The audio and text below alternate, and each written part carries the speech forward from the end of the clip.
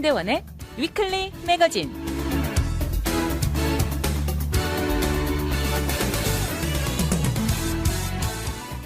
안녕하세요. 위클리 매거진의 문대원입니다. 오랜만에 외식을 하면서 좋은 사람들과 저녁 식사를 즐긴 한 여성은 와인 한 잔이 음식과 너무 잘 어울렸다고 대만족이었습니다. 그동안 건강 이유로 알코올을 피해오다 얼마 전 건강 검사 결과 이제는 제한 없이 생활하라는 의사 선생님 말씀에 한층 더 고마움을 느낀 것입니다.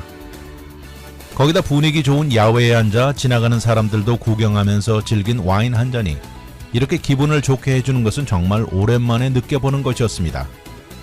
뜨거운 한 여름밤에 즐거운 시간을 가질 수 있다는 것이 팬데믹이 시작되고 2년 반 만에 처음 느껴보는 것이라 이런 사소함에 감사하는 마음이 더 커진 것을 실감한 것입니다. 우리는 특별하고 거대한 것도 좋지만 사소한 조그만 것에서도 느끼는 행복이야말로 정말 값지다는 생각이 또다시 들었습니다.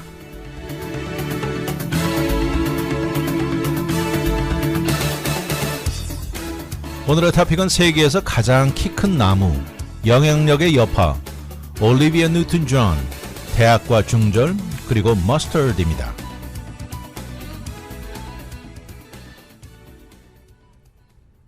세계에서 가장 키가 큰 나무가 어디 있는 줄 아십니까?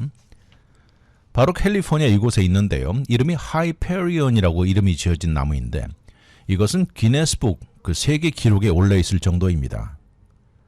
전 세계에서 최고로 키가 큰 나무인데요. 그런데 이 나무에는 이제 접근 금지입니다. 캘리포니아의 레드우드 내셔널 파크 국립공원안은 이번 주에 공식 발표하면서 어느 누구라도 이 나무에 접근하다가는 6개월 실형에 $5,000 벌금이 매겨진다고 발표했습니다. 이 나무의 위치는요, 공원 내부 깊숙한 곳에 있습니다. 그리고 이곳에 가는 트레일도 없는데 이것은 지난 2006년 자연주의자죠. 내추럴리스트에 의해서 발견된 이후 스릴을 자주 찾는 사람들이 방문해 오고 또 그러면서 최근에 환경적으로 크게 파손되어 오면서 결국 내린 결정입니다. 이 나무는 레드우드 타입 트리라고 하는데요. 높이가 115.9m, 380피트입니다. 여기 붙여진 이름 하이페리온은 그리스 신화의 타이탄 중 하나 이름이고요.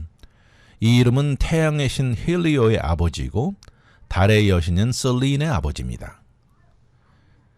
이 나무는 아주 빽빽한 숲속에 트레일이 끊긴 곳에 위치해 있습니다. 그래서 그곳에 다다르기 위해서는 상당히 가면서 나무를 치면서 들어가야만 하는데 이렇게 들어가기 힘든 위치임에도 요새는 많은 블로거들이나 그리고 여행 전문가들 또 다양한 웹사이트 등으로 인해서 사람들이 접근해 온 것입니다. 그러다 보니까 나무를 둘러싼 주위가 엄청나게 황폐해지기 시작했는데요. 그런 이곳에 접근하는 사람들은 둘 중에 고르라고 합니다. 이곳을 보호하는 측이 될지 아니면 더 파손시키고 파괴시키는 사람이 될지 결정하라고 말합니다. 공원 최고 담당자 말에 의하면 이곳에서는 셀폰 리셉션이나 GPS 서비스가 제한적이라 만약 이곳에 하이킹하던 사람이 문제가 생기면 구출, 구조도 어려울 것이라고 말합니다. 그래서 만약 이곳에서 다치거나 문제가 생기면 연락할 방법이 없는 것이죠. 그리고 결국 구출된다고 해도 상당한 시간이 지난 후에 난후될 것이라고 그러면서 국립공원은 모든 사람들과 우리의 자연과 자원을 보호하는 데 있다고 말합니다. 결국 많은 방문객으로 일어난 파손으로 인해서 현재로서는 영구히 금지되었습니다. 그동안 많은 관광객으로 인해서 뿌리 주위가 큰 피해를 입었고요. 또 근방에 쓰레기들이 줄줄이 널려 있고 사람들이 화장실을 사용하려고 옆으로 없던 데서 추가 트레일이 늘어나고 그곳에는 인간 오물과 화장지들을 남겨놓고 떠난 것이 대부분이었습니다. 그러면서 사람들이 짓밟으면서 뿌리 근방에 고사리 같은 펀이 자라는 것도 중단되었다고 합니다. 만약에 현재 이런 현상이 지속된다면 나무의 성장에도 지장을 줄 것이라고 하면서 아무래도 키에 뒷걸음질을 치게 만들 것이라고 합니다. 그리고는 언젠가 더 이상 가장 키가 큰 나무 자리를 내줄 수도 있다는 것이죠. 이런 이유로 국립공원은 이곳에 트레일을 의도적으로 만들어 놓지 않았습니다. 언젠가는 이러다가 나무 꼭대기도 사라질지 모르고 공원의 다른 지역 나무들이 더 빠르게 자랄 수 있다고 하면서 그리고 키가 제일 큰 나무는 다른 것이 차지하게 될지도 모른다는 것이죠. 그렇지만 이런 결정을 두고 이 지역에서 활동하는 자연주의자 저스틴 레그 씨는 이것에 반대합니다. 이 사람은 근방 벤보 히스토릭 인에서 투어 가이드로 일하는 사람인데 그가 주장하는 것은 하이페리언 같은 나무를 보호하는 데 해답은 접근 금지보다는 더 정확한 교육일 것이라고 말합니다. 사람들이 주위를 블락해놓고 금지시키면 이것은 사람들을 더 자극하게 될 것이고 더 많은 사람들이 뚫고 들어갈 것이라고 말하면서 이 원래 못하게 하면 더 하고 싶지 않는 자극을 준다고 그렇게 주장하고 있습니다. 그러면서 그런 예로 다른 나무를 근방의 다른 나무 예를 들었는데요. 바로 그로브 오브 타이탄스에 위치한 델 노르테 타이탄 같은 나무는 사실 겉모양으로 봐서는 하이페리언보다 한층 더 멋있는 나무라고 합니다. 그런데 이곳에는 더 손쉽게 들어가 볼 수 있고 이 엄청난 나무임에도 그런데도 한층 적은 숫자의 사람들이 방문한다고 하면서 이런 차원으로 볼 때 하이페리언은 비교적 볼 때 키만 컸지 실망스러운 나무로 갑니다. 그래서 실제로 열어놓고 쉽게 들어갈 수 있다면 오히려 적은 숫자 사람들이 방문할 것이라는 주장이죠. 그렇지만 공원 측이 추천하는 것은 이 나무에 갈 것이 아니고 거대한 레드우드 나무들을 구경하는 좋은 방법으로 추천하는 것이 있습니다. 바로 왕복 4.5마일 정도 길이의 Tall Trees Grove 하이킹 트레일을 추천하는데요. 그곳을 갔다 오면 많은 나무들을 관찰할 수 있고 환경 파괴는 전혀 없다고 말합니다. 그런데 이런 나무들을 위협하는 것이 인간만이 아닙니다. 지난 2021년 이후 세콰이어와 킹스 캐년 내셔널 파크에 강풍을 동반한 거대한 산불들이 나무들을 크게 위협하고 있습니다. 가장 잘 알려지고 이 키는 하이페리언보다 적지만 밀도 면에서 전 세계에서 가장 큰 나무로 올라있는 여러분도 잘 들어보신 제너럴 셔먼도 있죠. 제너럴 셔먼도 산불에 대비해서 요새 알루미늄으로 만들어진 화재를 저항하는 재료로 감싸져 있다고 합니다. 이렇게 거대한 자이언트 세코이아 나무들 높이가 엄청납니다. 그런데 이 나무들은 아주 적은 지역에만 존재합니다. 대표적으로 캘리포니아의 산맥 시에라 네바다, 그것도 서쪽 경사에만 존재합니다. 이 중에 가장 유명한 지역이 마리포사 그로브인데요. 이 안에는 무려 500그루가 넘게 서 있습니다. 링컨 대통령 시절인 1864년부터 보호되어 왔고 국립공원의 심볼처럼 되었죠. 이 지역을 감싸고 있는 곳이 1890년에 요세미티 내셔널 파크가 되었습니다. 높게는 26층 높이 건물만큼 높아지는 이런 나무들이 모든 곳에 없는 이유로는 아주 까다로운 컨디션을 요구합니다. 자라기 위해서는 해발 5,000에서 8,000피트 높이 있어야 하고요. 겨울이나 여름에 기온이 비교적 온난하고 눈이 많이 쌓이고 또 놀랍게도 산불의 역사와 공존하는 곳이어야 합니다. 실제로 이런 불로 인해서 더 생산이 되고 불로 인해서 씨들이 번져나간다는 것입니다.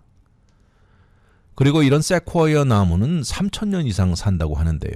이 중에서도 가장 오래된 나무로는 세코이아 국립공원 안에 있는 컨버스 베이슨 그로브에 있는 나무인데 무려 3,266살이라고 합니다. 세코이아 나무하고 레드우드는 아주 비슷하지만 약간 다르다고 하는데요. 세코이아는 해안에서 내륙 쪽으로 250마일 들어가 센트럴 캘리포니아에 해발 5,000에서 8,000피트에 서식하는가 하면 레드우드는 북가주 태평양 해안가 근방에서 주로 있습니다. 세콰이는 볼륨 부피면에서 가장 큰 나무종이고 그래서 나무 굵기가 엄청나게 두껍고요. 위로 올라갈수록 가늘어집니다. 그런데 레드우드는 다소 가늘고 키가 엄청나게 위로 올라가는 모양이 다소 다릅니다. 아무튼 기네스북에 올라있는 전 세계에서 가장 키가 큰 나무 하이페리언에는 일반인 접근이 금지되어 있습니다. 만약 어길 경우 6개월 실형에 $5,000 벌금이 매겨집니다. 요새 젊은 세대들은 소셜미디어 안에 산다고 해도 과언이 아닙니다. 그런데 그 안에서 따르는 사람들도 많고요. 또 영향력이 많은 사람들을 흔히 인플루언서라고 부르죠. 틱톡이나 인스타그램에서 듣고 보는 영향력은 생각보다 부정적인 여파를 미친다고 우려의 목소리를 내는 사람들이 생각보다 많습니다. 이렇게 소셜미디어를 이렇게 보다 보면요. 거기 있는 사람들의 그 멋진 모습이나 엄청난 돈을 벌고 부를 축적했다는 내용들이 상당히 많다 보니까 거기 매료될 수도 있습니다. 근데 그런 대부분의 이미지들은 주로 잘된 모습, 자랑하는 듯한 이미지들이 주를 이루고 있죠.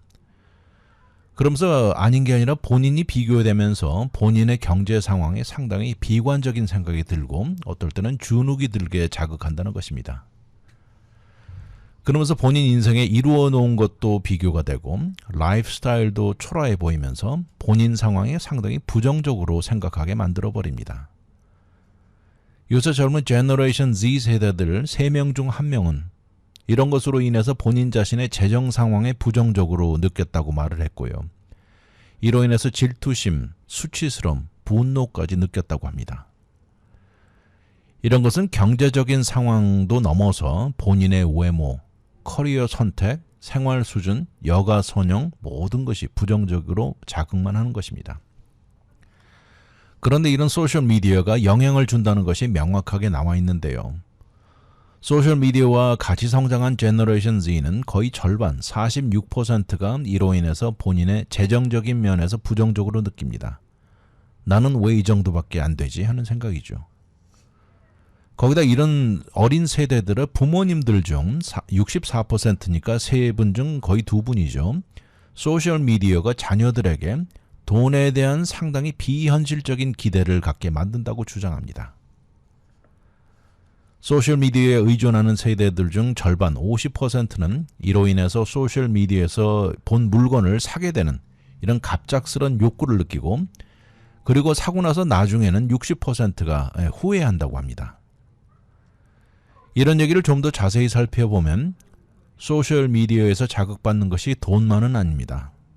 본인의 외모에도 상당히 부정적인 영향을 입고 커리어와 프로페셔널 성공과 성취도에서도 뒷전에 밀린다는 느낌에 현재 지금 살고 있는 생활에도 처참하게 느끼게 만든다는 것이죠. 그런데 여기서 몇 살 나이가 좀 더 많은 밀레니얼 세대들에 있어서는 역시 돈이 가장 큰 여파를 느낍니다. 그런데 이 외모, 커리어 이런 강도는 좀 작을지 몰라도 이 모든 것이 본인이 보잘것없이 느낀다는 결과를 가져옵니다. 그리고 이런 것은 여성들이 남성보다 더 크게 영향을 입습니다. 61%와 56%로 비교됩니다. 또 저인컴 레벨 사람인 경우에는 이렇게 소셜미디어로 인해서 돈에 대해 여파가 더 강하게 작용합니다. 이렇게 소셜미디어에 나오는 이미지들이 젊은 세대들이 돈에 대한 인식을 해치는 결과를 가져오는지 이 가장 큰 이유는 많은 사람들이 소셜미디어에 올리는 그 포스트에 현재 본인이 얼마나 성공했는지를 보이려는 의도가 가장 큽니다. 역시 자랑하는 것, 과시하는 것이 가장 많은 것이죠. 그러면서 영향력을 주는 인플루언서 역시 얼마나 본인이 successful한지를 나타내고 자랑하려는 의도가 제일 큰 것입니다. 젊은 세대들도 이것을 인정합니다. 이 중에 절반 이상이 본인이 소셜미디어에 올릴 때 본인이 successful하다는 것을 올리는 것이 최고 목적이라고 하고 이런 것은 나이가 든 베이비 부모들과 큰 차이를 보이고 있습니다. 그런데 전문 기관이 자세히 조사한 것에 의하면 이런 실제 비율은 더 높을 것이라고 말합니다. 그런데 여기서는 한 걸음 더 나아가서 소셜미디어의 인플루언서들이 나름대로 이제는 재정적인 전문 어드바이스를 하고 있다는 것입니다. 현재 제너레이션 Z들 중에서 34%는 틱톡, 33%는 유튜브에서 경제 정보를 배우고 듣는다고 합니다. 오히려 전문가들, 파이낸셜 어드바이저를 통하는 경우는 24%로 제일 낮습니다. 이런 것을 보고 전문가들은 젊은 세대들이 절대적으로 부적절하고 틀린 재정 정보를 소셜미디어에서 얻고 있다고 경고합니다. 실제 소셜미디어에서 보는 성공한 사람들의 이미지는 절대 진짜가 아니라고 경고하고요. 마치 이것은 모두 잘된 성공한 사람들의 것들만 이렇게 잘라서 조각조각 오려 붙여서 제작된 스크랩북 같다는 것입니다. 결국 본인을 절대 실제로 존재하지도 않는 남의 모습에 비교하는 결과를 가져오는 것이죠.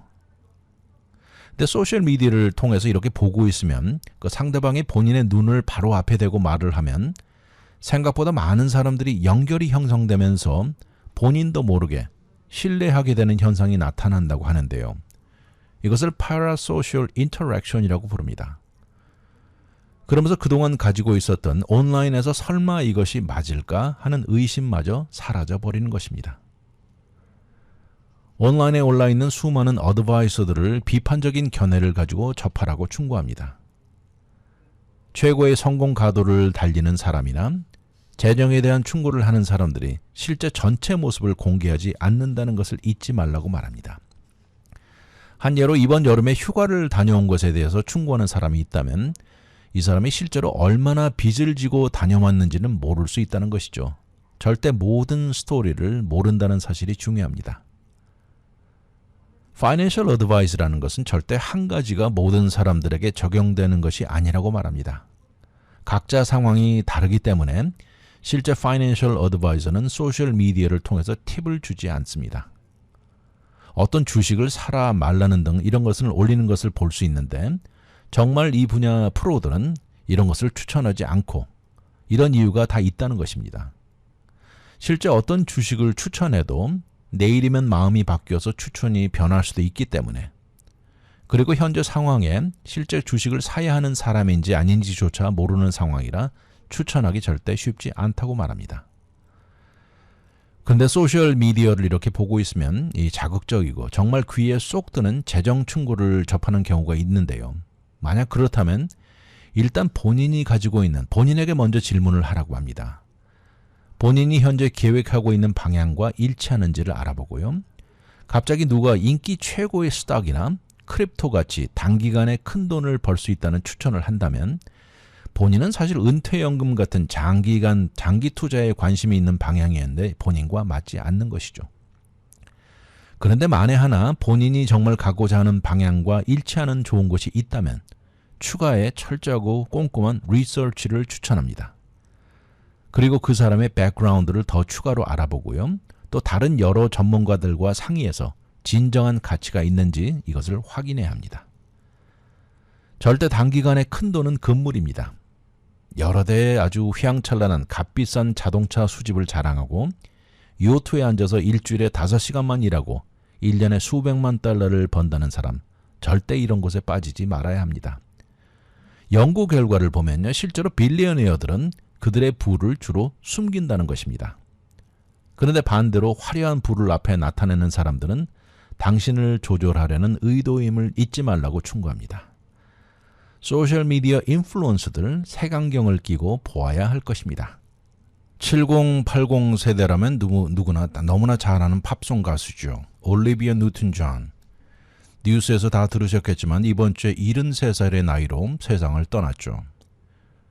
오랫동안 싸워오던 유방암으로 결국 우리 곁을 떠났는데요.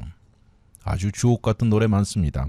Have You Never Been Mellow, You're the One That I Want, Physical 등 빌보드 탑 10, 탑 1에 오른 곡이 10개나 될 정도입니다. 그때 당시 세대들에게는 최고 여자 가수였죠. 이번 주 월요일 남가주 그녀의 랜치에서 숨을 거두었습니다.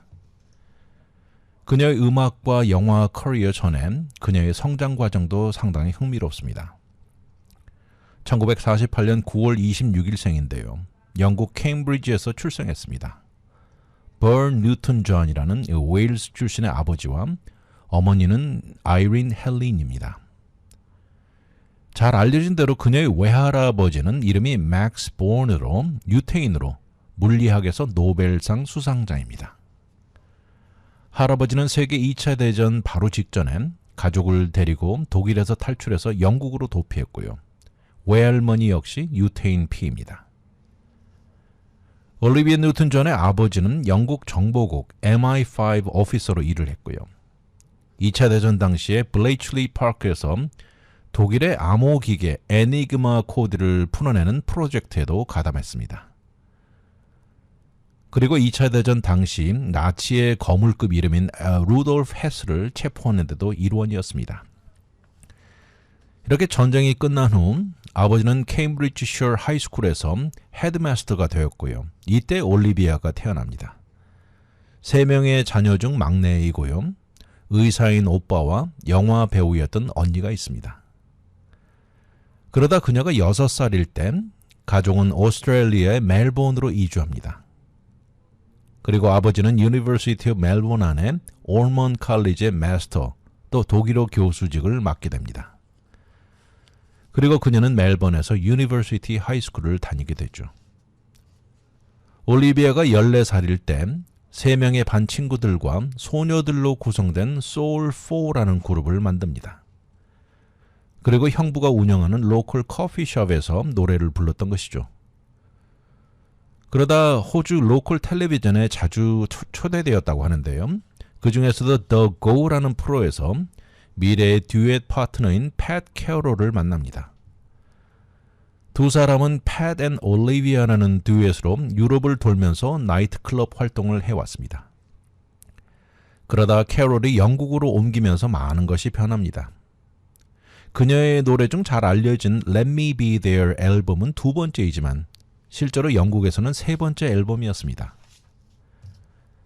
1974년에 영국을 대표해서 유로비전 송 컨테스트에 출전합니다. 그리고 거기서 부른 노래는 Long Live Love라는 곡인데 결국 4위에 올랐고요. 그때 당시 우승곡은 스웨덴 출신 아주 유명한 그룹 아바가 부른 Waterloo였습니다. 그러는 동안 그녀의 음악은 미국 내 컨트리 음악 부분에서 두각을 나타내기 시작했고요. 그러자 미국에서는 외국인이 컨트리 음악상을 받는다는 것은 받아들일 수 없다는 반응이었지만 인기는 높았습니다. 1974년 미국 컨트리 뮤직 어소시에이션이 피메일 보컬리스트로 뽑은 가수가 바로 올리비아 뉴튼 존이었습니다. 이때 정말 컨트리 뮤직의 기라성 같은 이름들이죠. 로레타 린, 달리 파튼, 타냐 터커, 그리고 캐나다 출신 유명 가수 앤 머리를 물리친 이름들이었습니다. 여기에 또 다른 호주 출신 유명 가수가 있죠. 헬렌 레디 추천으로 결국 영국을 떠나 미국에서 적극적인 활동에 들어갑니다. 근데 올리비아 뉴튼 존이 45년 동안 기네스북 기록도 하나 가지고 있습니다. 바로 여자 가수 중에 1위 노래와 그 다음 1위 노래 간에 걸린 날짜가 가장 짧은 154일이었습니다. 이 두 노래가 If You Love Me, Let Me Know가 하나이고요. 그 다음 것이 바로 Have You Never Been Mellow 2개입니다. 그러다 이 기록은 지난 2020년 테일러 스위프트가 140일로 기록을 깨게 됩니다. 그러다 1978년 영화 그리스로 그녀의 커리어는 완전히 새로운 절정을 맞이합니다. 브로드웨이 뮤지컬을 영화로 애답테이션 한 것인데요. 리드 여성 역을 맡게 됐는데 프로듀서와 만남도 역시 헬렌 레디 집에서 이루어졌습니다. 그런데 이 여자 주인공 역을 맡게 되는데 말썽도 좀 있었는데요. 가장 큰 이유는 그녀가 하이스쿨 여학생 역을 하기에는 너무 나이가 많다는 것이었습니다. 그때 당시 그녀는 28살이었습니다. 결국 존 트래볼타와 스크린 테스트에서 성공했고 호주 액센트를 자연스럽게 하기 위해서 원래 미국 여학생 샌디 덤브라스키에서 호주에서 막 이주해온 여학생 샌디 올슨으로 바꾼 것이죠. 이렇게 해서 그리스는 최고 영화 박스오피스 기록을 세우고 사운드트랙 앨범도 12주 동안 연속 1위를 지킨 것입니다. 그 안에 주옥 같은 곡들이 많습니다. You're the one that I want, You're the one that I love가 있고요. Hopelessly devoted to you, Summer Nights 등 아직도 귀에 생생합니다. 개인 릴레이션십에 있어서는 1968년 Please Mr. Please 초창기 시절 프로듀서였던 브루스 웰치와 약혼했습니다. 그렇지만 결혼은 결코 하지 않고 몇 년간 지속됐습니다.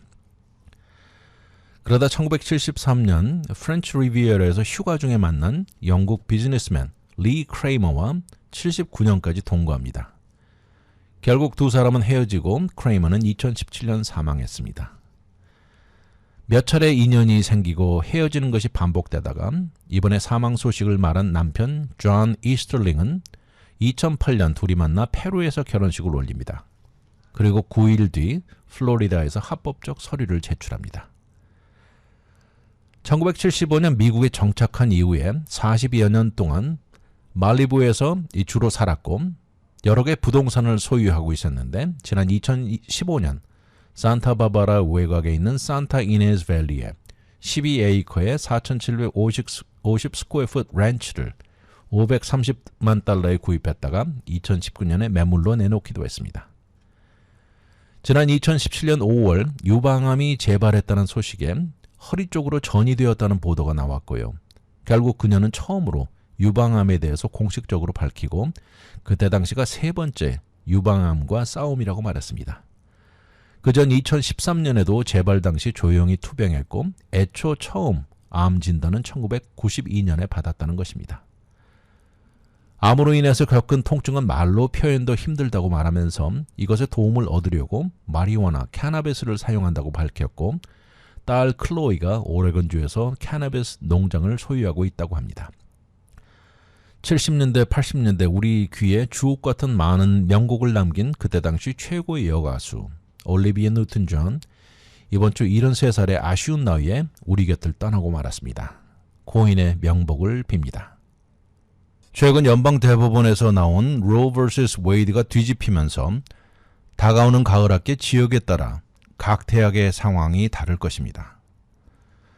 그러면서 1973년 이후 각 주마다 다른 중절법을 접하게 되죠. 이렇게 변한 현실은 각 대학 캠퍼스에 어떤 모습으로 나타날까요? 그리고 대학 측으로서는 이런 변화에 어떤 준비를 갖추어야 할까요? 모든 것 위치한 주 차원에 따라서 다를 것입니다. 최근에 전국적으로 다양한 지역과 대학 사이즈를 골고루 나누어 가면서 이 이슈에 대해서 알아보았습니다. 13개 캠퍼스에 연락을 했는데 이곳은 10개 캠퍼스로 구성된 UC 시스템과 13개 캠퍼스로 구성된 University of Texas 시스템들이 포함되어 있습니다. 그런데 그 중에 오직 2개의 대학만 답변을 했습니다. 그들은 재학생들을 지지하는 차원의 한층 더 여러 단계의 조처를 취하고 있다고 말했습니다. 그런데 이렇게 대부분의 대학들이 이번 이슈를 두고 철저한 광범위한 준비가 부족하다는 것이 실제로 놀랍지 않다는 것이 전문가들의 대부분의 의견입니다. CDC가 내놓은 수치를 보면 연령층이 20에서 24살 사이 여성들이 중절을 하는 숫자의 28%를 차지하는 가장 큰 그룹입니다. 이것은 1000명당 19명꼴로 가장 높습니다. 이런 추세는 미국 내 대학 측에 상당히 큰 우려를 갖다주는 현실인데요. 왜냐하면 18살에서 24살 사이 나이 여성들이 강간을 포함해서 다양한 성추행을 당하는 비율이 가장 높습니다. 실제로 다른 연령층 여성들보다 3배 이상 높다고 나와 있습니다. 알라바마, 루이지애나, 미시시피, 텍사스 등 이런 주에서 대학생들은 이제 중절 어보션을 절대 받을 수 없습니다. 미국 내 최고 규모 대학들을 가지고 있는 주가 텍사스 주인데 이 안에서도 텍사스 A&M과 University of Texas는 각각 5만 명 이상의 재학생들이 다니는 거대한 캠퍼스입니다. 이곳에서도 중절이 금지입니다. 그리고 이어서 조만간 금방 테네시주나 아이다호주에서도 같은 정책이 시행될 전망입니다. 자녀를 키우는 대학생들은 그동안 10,000명이 넘게 도움을 주어오던 Doctoral Mom Incorporated라는 단체에서는 지난달에만 10여 명이 넘는 학생들의 문의가 쇄도했다고 말합니다. 대부분의 질문들은 중절이 합법인 주에 그 주로 대학을 옮기는 트랜스퍼에 대해서 질문을 하기도 하고요. 그리고 이어지는 아이를 키우면서 학업을 마쳐야 하는 경제적인 이슈 등을 우려하면서 문의들이 대부분 이런 내용들이었습니다. 최근에 이런 변화로 많은 변화와 추가 정책으로 무장하는 캠퍼스들도 있는데요. 응급용 피임과 피임약 처방을 준비하고 있기도 합니다. University of California 시스템 캠퍼스들은요, 지난 1월 1일부터 학생 건강 클리닉에서 약으로 중절하는 방법을 제공해 오기도 하고 있습니다. 미시간 대학 역시 중절 금지로 인한 변화와 여파에 대해서 연구를 담당할 태스크 포스를 구성하고 있고요. 학생들의 걱정과 의견을 듣고 있습니다. 그러면서 캠퍼스 내 vending머신을 이용해서 역시 약으로 중절이 가능한 방법이 한층 더 손쉽게 접할 수 있는 방법도 동원 중입니다. 지난 6월 바이든 대통령이 서명하면서 임신이 된 대학생들이나 종업원들에게 적절한 도움을 주는 것인데 현재로서는 언제 이것이 효력이 발휘될지 여부는 불투명한 상태입니다. 한 연구 결과에 의하면 아이를 가진 대학생들이 5년 안에 학사학위 Bachelor's Degree를 취득하고 졸업할 확률이 그렇지 않은 아이가 없는 경우에 비해서 무려 10배나 낮다고 나온 것입니다. 원래 미국 대학 시스템은 우리가 흔히 보듯이 하이스쿨을 막 졸업하고 아이 없는 학생들이 다니는 시스템으로 디자인이 되어 있어가지고 그래서 아이를 가진 학생이 학위를 얻기 위해서는 상당히 불필요한 걸림돌이 수두룩하죠. 이런 예로 요슬린이라는 여성이 있는데요. 지난 5년 동안 건물 청소부로 밤에 일하면서 새벽에 집에 들어옵니다. 이것은 메릴랜드주의 락빌에 사는데 방 한 칸에서 남편과 2명의 아들이 잠자고 있습니다. 너무나 지친 긴 하루였지만 그녀는 아직도 할 일이 남아 있습니다. 조용히 컴퓨터를 열고 클래스 숙제를 합니다. 그녀는 처음에는 2년제 먼거머리 칼리지에서 그리고 결국에는 유니버시티 오브 메릴랜드에서 학사 학위를 따기 위해 전념하고 있습니다. 이런 그녀의 스토리는 전국적으로 자녀가 있으면서 대학에 재학 중인 400만 명 중에 한 케이스입니다. 소위 student parents라고 부르는 자녀가 있는 대학생들. 전국 대학생 숫자 중 4명 중 1명 꼴인 25%에 달합니다. 그들에게는 다양한 도전이 학업 앞에 떡 버티고 있는 셈이죠. 사실 공부하는 학업보다 부모로서 책임감이 우선순위에서 더 먼저죠. 그리고 이것이 모든 스케줄과 경제적인 선택에 좌우하게 됩니다. 차일드 케어나 하우징이 학비나 책 살 돈보다 더 먼저이기 때문입니다. 앞에 말한 요슬린의 경우 그 어려운 모든 것을 극복하고 이번 여름에 졸업에 성공했습니다. 그런데 많은 경우 자녀가 있는 학생 중 52%가 6년 안에 대학 학위 성취에 실패하고 있습니다. 이런 차원의 이번에 변화되는 중졸법에 의해서 대학 캠퍼스나 자녀를 가진 학생 숫자는 증가할 것으로 예상합니다. 물론 학생이 아이를 갖고 부모가 되겠다는 결정은 본인이 내리는 것이지만 그럴 경우 대학 캠퍼스나 그 안에 아이를 널싱할 수 있는 장소 마련, 데이케어 패실리티, 더 나아가서 부모가 클래스를 듣는 동안 아이들을 데리고 올 수 있는 환경 등 조성이 이런 변화가 이루어져야 할 것입니다. 중졸의 기회가 전혀 없이 사라진 현실이라면 학생으로서 상당히 정신력, 신체적, 경제적인 부담에 빠지게 될 것입니다. 정녕 원치는 않았지만 결론적으로 아이를 키워야 한다는 절대 쉬운 것 아니죠. 학업을 들으면서 같이 하는 것 정말 감당하기 힘들 수 있습니다. 이런 차원이라면 대학을 어디로 가느냐가 중요한 결정이 될 수 있는 것이죠. 앞으로 대학 캠퍼스 안에서 PM에 대한 정보나 도움도 쉽게 접할 수 있어야 할 것이고 응급약으로 중절이 가능한 것도 준비되어야 할 것입니다. 앞으로 이런 차원의 대학 측의 어깨는 몇 배 더 무거워질 전망입니다. 여러분, 노란 머스타드 소스 아시죠? 이거 좋아하는 사람도 있고 싫어하는 사람도 있는데요. 저는 개인적으로 엄청나게 좋아합니다. 특히 핫도그 먹을 때는 필수인데요. 이것이 프랑스에서 나온 소스인 거 아시죠? 요새 많은 농작물들이 그렇듯이 이 품귀 현상이 일어나고 있는데 머스타드도 예외가 아닙니다. 프랑스의 유명한 지역인 이름인 디잔이라고 들어보셨죠? 디잔의 머스타드 보티크의 주인인 마크는 매일 아침 10시에 문을 여는데 요새 문 열기도 전에 10명에서 15명 정도가 앞에 서 있다고 합니다. 이런 것을 예전에는 한 번도 본 적이 없다는 것이죠. 이것은 몇 세대에 걸쳐서 가족으로 이어져 오는 프랑스의 머스타드 비즈니스인데 요새 같은 적이 없다고 합니다. 할아버지 시절에 세계대전을 2번이나 겪었고 전쟁이 끝난 이후에도 프랑스에서 먹을 것이 부족해서 끼니를 나누어 주던 시절까지 겪었지만 그럴 때에도 머스타드는 늘 있었다는 것입니다. 그런데 요새는 릴리를 가도 마르세이를 가도 보르도에도 상황은 마찬가지라는 것이죠. 머스타드가 없다는 것입니다. 있어서 진열해 놓으면 1시간 안에 다 팔려버린다는 것이죠. 물론 프랑스는 전 세계에서 머스타드 소비량이 제일 높은 국가입니다. 머스타드와 인연은 중세기까지 거슬러 올라간다고 하는데 예전부터 이것이 소화가 잘 되게 해준다고 믿었습니다. 특히 육류와 같이 먹으면 최고라고 알려져 왔죠. 그런데 지난 수백 년 동안 프랑스 음식에서 빠질 수 없는 소스가 바로 머스타드, 이 자리를 잡은 것입니다. 이제는 대부분의 머스타드는 유니레버가 소유한 아모라라는 같은 이 메이저 브랜드가 생산해내면서 슈퍼마켓 어디서든 팔리고 있는데, 그런데 이런 모든 슈퍼마켓 진열대가 텅 비어 있습니다. 이러자 소셜미디어는 뜨겁게 달궈지면서 이것이 가격을 올리려는 전략이라는 것부터 다양한 컨스피러시 티어리가 오르고 있습니다. 그런데 프랑스의 머스타드 부족의 현상은 국경을 넘어서도 마찬가지입니다.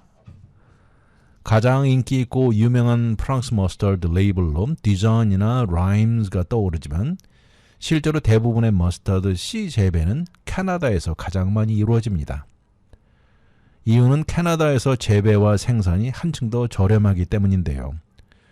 그렇게 되면서 대서양을 건너는 트랜스아틀란틱 머스타드 씨 운반이 크게 줄어들었는데 그 이유는 바로 기후변화로 인한 것입니다. 캐나다 농업부 담당자가 말하는 것은 캐나다는 지난 2021년 157톤의 머스타드 씨를 프랑스로 수출했다고 하는데 이것이 많은 것 같지만 사실 2020년에 비해서 80%가 감소한 것이고요. 5년 전에 비교하면 무려 94.9%가 감소한 양입니다. 2021년에 머스타드 씨를 주로 재배하는 프라이리 지역에 최악의 가뭄을 겪으면서 수확량이 크게 줄어들었다는 것이죠. 그러면서 농부들이야말로 현재 기후변화 최전선에 서 있다고 말합니다.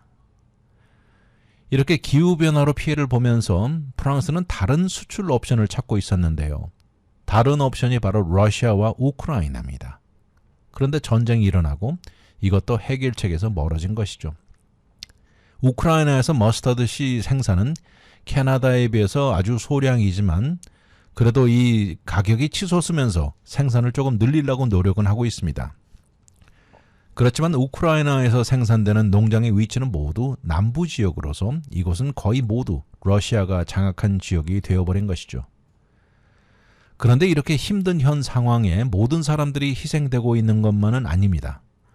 프랑스 안에서 외국 수출에 의존하지 않는 프랑스 머스타드 생산업계는 요새 이렇게 높아진 수요로 인해서 즐거운 비명을 지르고 있습니다.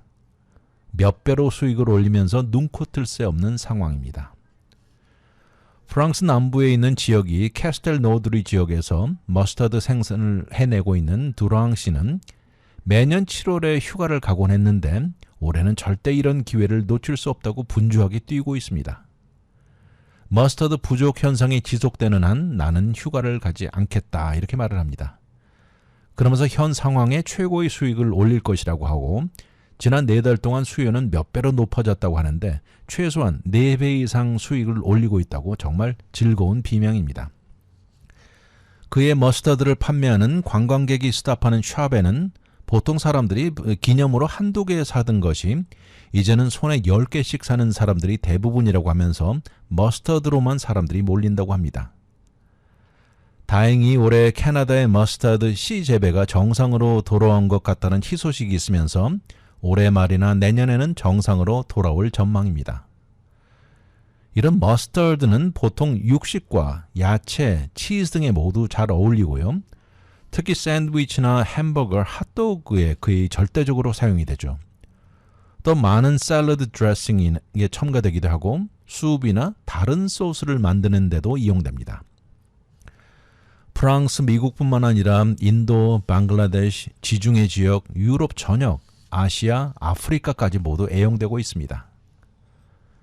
기록에 의하면 아프리카와 중국에서 사용된 역사는 1000년도 넘는다고 나와 있는데요. 그렇지만 로마 시대 처음으로 소스로 사용된 기록이 있고 영국에서는 1390년 역사 기록이 있습니다. 미국에서는 1904년 핫도그에 머스터드 사용된 것이 처음이고요. 그때 당시 세인트루이스에서 월드 페어에서 노란 소스가 처음 등장합니다. 이것은 바로 잘 알려진 RT 프렌치 컴퍼니가 내놓은 프렌치스 머스터드 소스 시작인데 노란색 플라스틱 병 보신 적이 있죠. 또 이 중에 앞에 말한 유명한 디전 머스터드는 1856년에 나왔습니다. 머스터드도 조금씩 차이가 있는데 영국 머스터드는 옅은 노란색이고 프랑스 머스터드는 조금 어두운 노란색입니다. 미국 머스터드도 노란색에 이 머스터드 씨와 식초가 함유된 것이죠.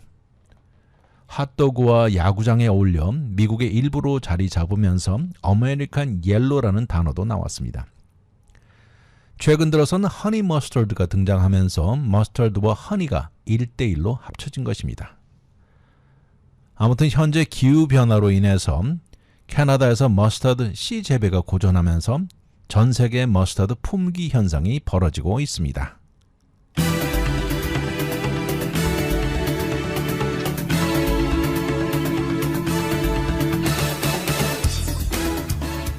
팬데믹과 기후변화로 현재 많은 농산물들이 겪고 있는 전 세계 문제이지만 유독 프랑스인들이 사랑하는 머스터드 품귀 현상은 예년에 볼 수 없었던 광경을 만들고 있습니다.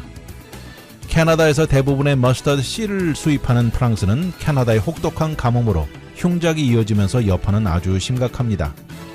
1000년이 넘는 역사를 가진 머스터드는 현재 전 세계에서 애용되고 있습니다. 미국에서도 핫도그에는 당연히 노란 머스터드가 어울리면서 자연스럽게 자리 잡은 소스입니다.